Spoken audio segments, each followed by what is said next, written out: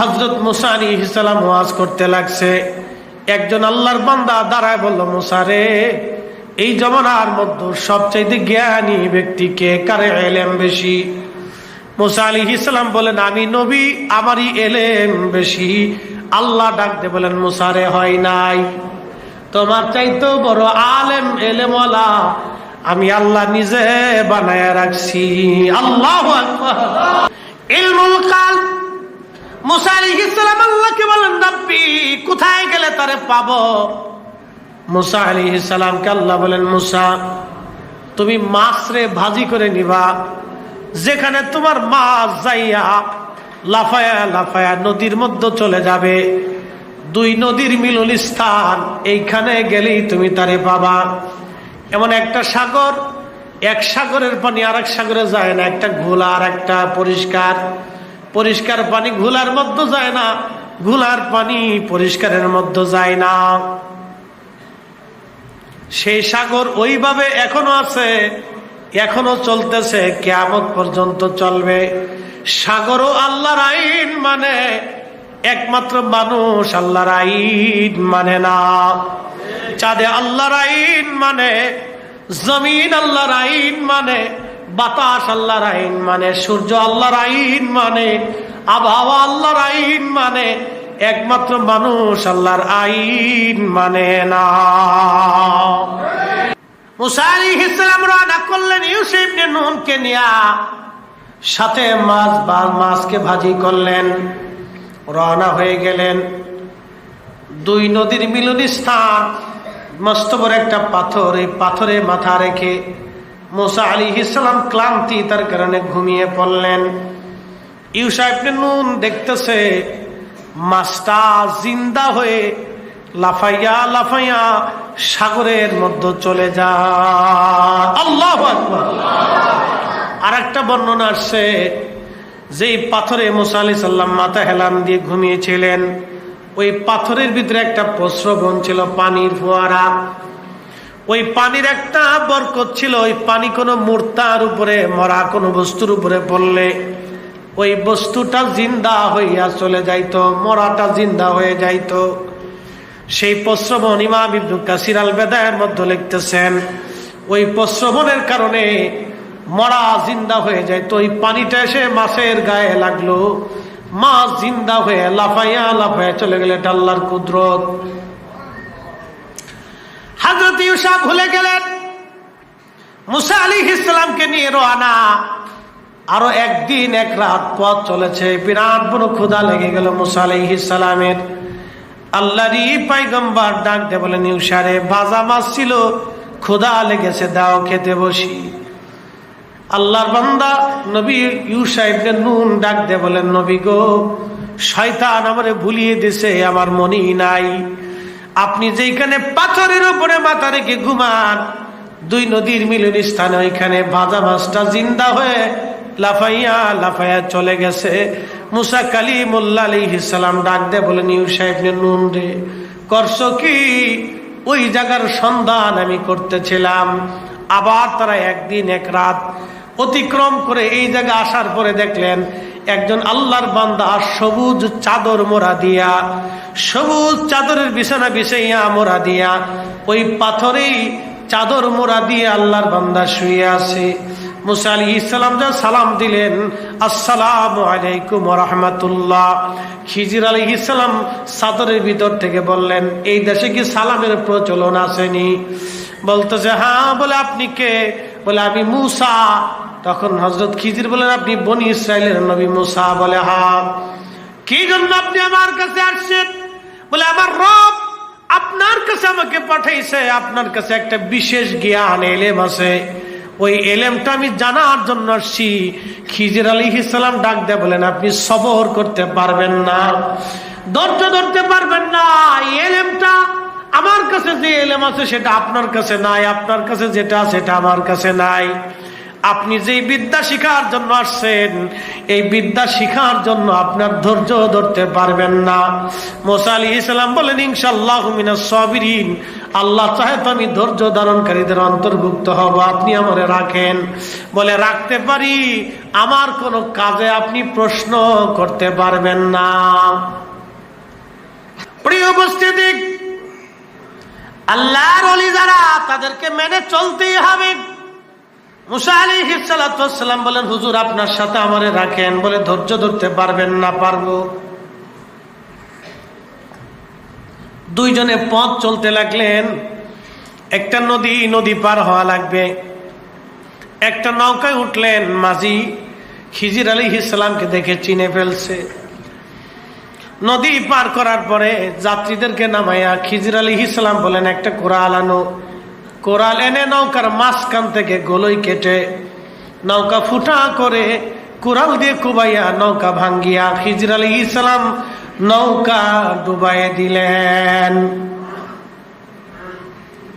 কিন্তু মাঝি পয়সা নেয় নাই। মাঝি পয়সা নেয় নাই। মুসা আলাইহিস সালাম পয়সা দিতে গেলেন। খিজির আলাইহিস সালাম মাঝি ডাকা, হুজুর আপনাদের কাছ থেকে পয়সা নেব না, আপনারে আমি ভালো করে চিনি, আপনি খিজির, আল্লাহর ওলি। কেউ বলেছেন নবী, আপনি আল্লাহর পেয়ারা বান্দা, আপনার কাছ থেকে কোনো পয়সা নেব না। একবার জোরে বলবেন কি মারহাবা। পীর মাশায়েখদেরকে আগে থেকে মানুষ ভালোবাসে, আল্লাহর ওলিদেরকে আগে থেকে মানুষ ভালোবাসে। এই ভালোবাসার দলিল ফতোয়া দিয়ে বন্ধ করতে পারবে না। কি কথা ঠিক কিনা? এই ভালোবাসা ফতোয়া দিয়ে বন্ধ করতে পারবে না। কারণ এটি ভালোবাসা আমি দিইনি, উনি দিচ্ছেন, আসমানওয়ালা দিছে। আসমানওয়ালা বলছেন, যখন কোনো বান্দা আমারে খুশি করে, তখন আমি তামাম মাখলুককে তার দিকে ঝুঁকাই দিই। আসতে হয়ে গেল না? সুবহানাল্লাহ। মাখলুককে তার দিকে কি করি? ঝুঁকায়া দেই। তখন এই মাখলুকগুলি তার দিকে ঝুঁকে যায়। অটোমেটিক মানুষ ঝুঁকে যায়। দলিল দিয়ে ঝুঁকার লাগে না, জোর করে ঝুঁকার লাগে না, এমনি ঝুঁকে যায়। মাজারে তো 2 নম্বর থাকবে, কিন্তু তাই বলে এদেশের মুসলমান সঠিক ওলিদের মাজারে যাইতে বন্ধ হবে না। কথা বলেন ঠিক না বেঠিক? খুব মনোযোগ দিয়ে, বাজারে 2 নম্বর মাল আছে, দোকানদারও আছে 2 নম্বর। সব দোকানদার 1 নম্বর তা কিন্তু না। মাল 1 নম্বর সপ্তাহ না, 2 নম্বর 3 নম্বরও আছে। ফরমালিন সারা ফরমালিনওয়ালা সব আছে, আপনি পাবেন। তাই বলে কেউ কিন্তু বাজার করা বন্ধ করে নাই। আপনার বাজার যদি বন্ধ না হয়, তাহলে মাজার ওলিদের জগতে, পীর মাশায়েখদের জগতে 2 নম্বর আছে। তাহলে আমরা কেন আল্লাহ পাইতে 2 নম্বরের ভয়ে 1 নম্বর ওলিদের থেকে দূরে থাকব? আমাদের জীবন থাকতে আমরা ওলিদের থেকে জুদা হব না। কথা বলেন ঠিক না বেঠিক? আমরা ওলি থেকে কেন জুদা হব? বেঁচে কুচে যাব। যেখানে হক আছে, সুন্নিয়ত আছে, ঈমান আছে, রাসূল প্রেম আছে, নবীর গোলামি আছে, আমরা সেখানে আছি। কথা ঠিক কিনা? আমরা সেখানে থাকি। তো খিজির আলাইহিস সালাম নৌকা ডুবাই দেওয়ার পরে মুসা আলাইহিস সালাম বলতেছে, হুজুর একটা কাজ করলেন। এই বেটা গরিব মানুষ, আপনি তো নৌকাটারে আমরা ফিরি পার করে দিল, তারপরে আপনি নৌকাটা ডুবাই দিলেন, এটা কাজ হলো? খিজির আলাইহিস সালাম বলতেছে, হুজুর আপনার না শর্ত ছিল আমারে কোনো প্রশ্ন করতে পারবেন না, আপনি তো প্রশ্ন করে ফেলছেন, এখন থাকতে পারবেন না। হুজুর এইবারের জন্য আমারে রাখেন, আপনি রাগ করেন না। হযরত মুসা আলাইহিস সালাম খিজির আলাইহিস সালামকে মানায় নিলেন। 2 জন আবার রওনা। বহু দূর যাওয়ার পরে দেখতেছে একটা ছোট্ট বাচ্চা, সুন্দর দেখা যায়, খেলাধুলা করে। খিজির আলাইহিস সালাম তারে ডাক দিয়ে বলেন, বাবা ছোট্ট এদিকে আসো বালক। ছোট্ট বালকটা আসার পরে খিজির আলাইহিস সালাম তারে শুয়াইয়া পার মধ্যে চাপা দিয়ে ধরে তার ঘেঁটি মুছড়ায় ভেঙে ফেললেন। কোন বর্ণনা আসছে ছুরি দিয়ে তার গলা কেটে ফেললেন। বলেন তো, একটা নিষ্পাপ বাচ্চাকে যদি এইভাবে মারা হয়, আপনি যেমন মানবেন না, মুসা আলাইহিস সালাতু ওয়াস সালাম চেতে গেলেন, বলে হুজুর করলেন কি? একটা ছোট্ট বাচ্চা কোন অপরাধ করে নাই, নিষ্পাপ, এই বাচ্চাটাকে আপনি এইভাবে মেরে ফেললেন, সেটা কেমন হলো? খিজির আলাইহিস সালাম বলেন, হুজুর প্রশ্ন ছিল, শর্ত ছিল, প্রশ্ন করতে পারবেন না, আপনি প্রশ্ন করেছেন আর থাকতে পারবেন না। বলে হুজুর এইবারের জন্য রাখেন, আবার যদি প্রশ্ন করি তাহলে আপনার থেকে জুদা করে দিয়েন। ঠিক আছে তো? বলে হ্যাঁ, ওয়াদা করলাম। আবার যদি প্রশ্ন করি আমাকে ছেড়ে দিবেন। আবার দুইজন রানা এক কারিয়ার মধ্যে গেলেন, 3 দিন না খাওয়া, ক্ষুধার্ত তারা। সারা গ্রাম ঘুরে ঘুরে বলেন, 2টা রুটি দাও, আমরা ক্ষুধার্ত মুসাফির। সারা গ্রামের একজন মানুষও খাবার দেয় নাই। কি পাথর দিল গ্রামের মানুষ, দেখছেন? সারা গ্রাম ঘুরছে, একটা গ্রামের এক পরিবারও 2জনকে 2টা রুটি দিল না। এমন কঠোর আত্মার মানুষ ছিল তারা, এত কঠিন। এজন্য আমরা সর্বশ্রেষ্ঠ। আমাদের অলিরা সেরা, সব অলি থেকে 70 গুণের মর্যাদা আমাদের অলিদের বেশি, সব অলিদের থেকে 70 গুণ পার আমার এই নবীর অলিদের বেশি। একসাথে বলবেন আল্লাহু আকবার। তা আমরা অলিদের কাছে যাবো না তো যাবো কার কাছে? সোরের কাছে, শয়তানের কাছে, লুচ্ছের কাছে, মজদির কাছে?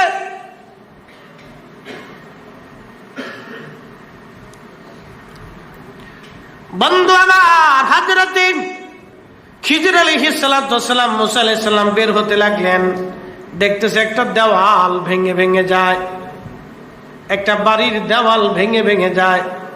মুসা আলাইহিস সালামকে খিজির আলাইহিস সালাম বললেন, হুজুর আসেন দেওয়ালটা ভালো করে নির্মাণ করে দেই। পাথর এনে, মাটি এনে, পানি এনে সুন্দর করে সারাদিন তারা নির্মাণ করছে, বিরাট কষ্ট হয়েছে। সন্ধ্যাবেলা মুসা আলাইহিস সালাম ডাক দেখে, হুজুর একটা কাজ হইল, এই গ্রামের একটা মানুষ আপনার একটাও রুটি দিল না, আপনি বের হওয়ার সময় এই গ্রামের মানুষের দেওয়াল নির্মাণ করে দিলেন, একটা কি কাজ হলো? বিরাট ক্ষুধা লাগছে। এজন্য তাসাউফের পথে ধৈর্য লাগে, ধৈর্য লাগে, ধৈর্য লাগে। অলিদের 40 বছরের সাধনা হয়, 30 বছরের সাধনা হয়, 12 বছরের সাধনা হয়। কামিল পাস করার জন্য একটা ছেলে কত বছর দেখেন, ক্লাস 1 থেকে শুরু করে একবারে কামিল পর্যন্ত তার 20 থেকে 22 বছর পার হয়ে যায়। 2 যুগ একটা ছেলে একটা সার্টিফিকেটের জন্য পরিশ্রম করলো, মাস্টার্স কমপ্লিট করতে একটা ছেলের 2 যুগ পার হয়ে যায়। কিন্তু আল্লাহ নবীর গোলামির জন্য সে 6 মাসও পরিশ্রম করে না, আর খালি লাফায় আল্লাহ পাইলাম না, নবী পাইলাম না। দুনিয়ার একটা সার্টিফিকেটের জন্য 2 যুগ কাটাই দিয়েছেন আপনি। ভার্সিটির বারান্দায় বারান্দায়, স্কুলের বারান্দায় বারান্দায়, কলেজে কলেজে, সকাল 10টা থেকে বিকেল 4টা, বৃষ্টি বাদল নাই, ঝড় তুফান নাই, দৌড়াইছেন, গাড়ি পান নাই, পায়ে হেঁটে আসছেন। দুনিয়ার এক ছোট্ট সার্টিফিকেটের জন্য যদি আপনি এত পরিশ্রম করলেন, তাসাউফের বিদ্যা জানার জন্য, আল্লাহর ওলির সোহবতে, আল্লাহর ওলির দরবারে কত সময় আপনি দিছেন আগে বলেন? এজন্যই তো আমরা সুফি পাই না। এক সুফি চলে গেলে আর এক সুফি আসে না, ক্লাস বন্ধ হয়ে যাচ্ছে, এই দর্শ বন্ধ হয়ে যেতেছে। আগে সুফিরা তাদের খানকার ভিতরে বসে দর্শ দিত, এখন 2-1টা আছে ওই বিভিন্ন মাজার টাজার দিয়ে ঘুরে, হয়েছে ওরা জটলা চটলা ফটলা, বিড়ি খায়, গাঁজা খায়, নামাজ পড়ে না। এখানে একটা তরিকা আছে। এখানে তরিকা কি জানেন? এই তরিকা একটাই, বিড়ি খাবে, গান টান বাজাবে, এই গাঁজা মাজা খাবে, জটলা চটলা, গোসল মোসল করে না, পয় পরিষ্কার থাকে না। এটার একটা তরিকা আছে, এটার মতই দেয়, ও মতই দেয়, ও কাম কাজ পায় না, সবকিছু সাইডে দিয়ে ও কাম করে বেড়াইতেছে। এই জন্য আমাদের তাসাউফের ক্লাসের দর্শ বেশি বেশি দরকার, ঠিক কিনা? এই তাসাউফের ক্লাসের দর্শ দরকার। এই জন্য এই দর্শে জিকিরের তালিম, ধর্মীয়, এই সব কিছু এগুলোর দরকার। বেশি বেশি বসতে হবে দর্শে। দুনিয়ার সার্টিফিকেট পাওয়ার জন্য এত দৌড়াইলেন, তা আখিরাতের মুক্তির জন্য তাসাউফের দর্শে আপনি বসতে পারবেন না, পীর মাশায়েখদের দর্শে আপনি বসতে পারবেন না। বসতে হবে। মুর্শিদের চরণ বিহনে এ জীবন মিশে। ওরে আল্লাহ নবীর গভীর তত্ত্ব, ওরে আল্লাহ নবীর গভীর তত্ত্ব কামেলের কাছে মুর্শিদের চরণ বিহনে এ জীবন মিশে। হযরত খিজির বলেন, হুজুর আর আপনি থাকতে পারবেন না, শর্ত শেষ। মুসা আলাইহিস সালাম বলেন, হ্যাঁ শর্ত অনুযায়ী চলে যাব, কিন্তু আমারে আগে বলে দিয়ে যান তিনটা ঘটনার হাকিকত কি। খিজির আলাইহিস সালাম বলেন, প্রথম হাকিকত হলো নৌকা ডুবাই দিয়েছিলাম। নৌকা এই জন্য ডুবাইছিলাম, এদেশের বাদশাহ বিরাট বড় জালিম, সে সমস্ত নৌকাগুলি সিজ করে নিয়ে যাবে তার যুদ্ধের কাজে লাগানোর জন্য। যে মাঝি আমাদের নদী পার করাইলো, মাঝিটা গরিব মানুষ, আমাদের কাছ থেকে পয়সা নেয় নাই। আমি খিজির নৌকাটাকে ডুবাইয়া দিয়া ওই জালিম বাদশাহ থেকে মাঝিরে নৌকা আমি হেফাজত করলাম, যাতে এই জালিম চলে যাওয়ার পরে সে নৌকা উঠাইয়া মেরামত করে এই নৌকা চালাইয়া সংসার চালাইতে পারে। একবার জোরে বলা যাবে কি আল্লাহু আকবার। এটা হাকিকতের বিদ্যা, হাকিকতের। ওমা তাদরি নাফসুম মাযা তাকসিবু গাদা। কোরআন বলতেছে মানুষের জন্য আগামীর সময়টা কি এটা আল্লাহ ছাড়া কেউ জানে না। কিন্তু খিজির আলাইহিস সালাম কেমনে বলে দিল, এই জালিম বাচ্চা নৌকা নিয়ে যাবে আর সে গরিব মানুষ নৌকা চলে গেলে না খেয়ে থাকবে, বাচ্চা কাচ্চা কষ্ট পাবে, আমি এটারে ডুবাই দিয়ে হেফাজত করে দিলাম। একসাথে বলবেন আল্লাহু আকবার। ওলিদের এরকম কিছু কাজ আছে যেগুলো হাকিকত পূর্ণ, বোঝা যায় না, হাকিকত পূর্ণ, এটা হাকিকতে ভরা। বলে দ্বিতীয়টা কি, এত সুন্দর বাচ্চা জবাই করে দিলেন, হত্যা করলেন, কতল করলেন, কারণ কি? খিজির আলাইহিস সালাম বললেন, দেখেন এই বাচ্চাটা বড় হলে কাফের হবে, কট্টর কাফের, সে তার ইমানদার বাবা মারে কাফের বানানোর চেষ্টা করবে। এই জন্য এই বাচ্চাটারে হত্যা করে দিয়ে আমি ইমানদার বাবা মার ইমানের হেফাজত করেছি। একবার জোরে বলা যাবে কি মারহাবা। দেখেন কত গভীর তত্ত্ব, কত গভীরের কথা, যে সেই বেঈমান হবে আর বেঈমান করবে। মানুষ ইমানদার হবে না বেঈমান হবে আল্লাহ ছাড়া তো কেউ জানে না। সেই লৌহে মাহফুজের লিখিত সংবিধান আল্লাহ খিজির আলাইহিস সালামের কাছে পাঠাই দিছে। খিজির আলাইহিস সালামের কাছে যদি এই সংবিধান আসে, আর আমার রসুলের বেলায় যখন আমরা বলি আল্লাহ জানে নবী জানে, তখন ভাই সাহেবরা আপনাদেরকে সিরিকি সিরিকি সিরিকি সিরিকি কি কথা কর না কেন? ভাই সাহেবরা আপনাদেরকে বেদাতি বেদাতি বেদাতি কয় কি? আর ১৬ লক্ষ সাহাবী এক বাক্যে বলতো আল্লাহু ওয়া রাসূলুহু আলাম, আল্লাহ জানে নবী জানে, আল্লাহ জানে নবী জানে, আল্লাহ জানে নবী জানে, আল্লাহ জানে নবী জানে। এই জন্য আমরা সুন্নিরা কই আল্লাহ জানে নবী জানে, আল্লাহ জানে নবী জানে। কথা কন না ঠিক কিনা? ঠিক, আল্লাহ জানে নবী জানে, এটা আমরা আগে কইছি না। ১৬ লক্ষ সাহাবী বলছে। কত লক্ষ সাহাবী? ১৬ লক্ষ, এক দুইজন সাহাবী না, ১৬ লক্ষ সাহাবী বলছে। মুসা আলাইহিস সালাম বলল, হুজুর ৩ নাম্বারটা কি? দেওয়াল নির্মাণ করে দিলেন, ওরা খাবার দিল না আমরা। এমন জালিমের জালিম, সারা গ্রাম ঘুরছি, প্রত্যেক বাড়ি বাড়ি গেছি, একটা রুটিও দিছে না। বলতেছে হুজুর এই সারা গ্রামের মানুষ কত বড় জালিম তো দেখছেন, এই যে দেওয়ালটা নির্মাণ করছি এটা দুটো এতিম বাচ্চার দেওয়াল। বাবা মারা গেছে, মারা যাওয়ার আগে কিছু সোনা দানা আর টাকা পয়সা এতিম বাচ্চাদের জন্য এই দেওয়ালের নিচে, মাটির নিচে এসে গেঁথে রাখছে। যদি দেওয়ালটা ভেঙ্গে যায় তাহলে এলাকার মানুষ কত বড় কঠিন হৃদয়ের, যারা আমাদেরকেও খাবার দেয় নাই, একটা রুটি দেয় নাই, তারা যদি জানে এই দেওয়ালের নিচে এতিম বাচ্চার সম্পদ লুকানো আছে, ওরা সব নিয়ে যাবে, এতিমদেরকে কিছুই দেবে না। এই জন্য দেওয়াল পুনরায় নির্মাণ করে দিয়ে আমি এতিম বাচ্চাদের হক রক্ষা করেছি। একবার জোরে বলা যাবে কে মারহাবা। এটার নাম আল্লামনাহু। কোরআন বলছে আল্লামনাহু মিল্লাদুন্না ইলমা। আমি ইলমে লাদুন্নি দিয়েছিলাম, এক বিশেষ ইলম, বিশেষ ইলম। আরে বিশেষ ইলম যদি খিজির আলাইহিস সালামকে দেওয়া হয়, আমার নবীর উপরে ঈমান আনার কারণে খিজির ইলমের অধিকারী হয়েছে, আমার রাসূলের ইলমের কোনো তুলনা হতে পারে না। কথা বলে ঠিক না বেঠিক?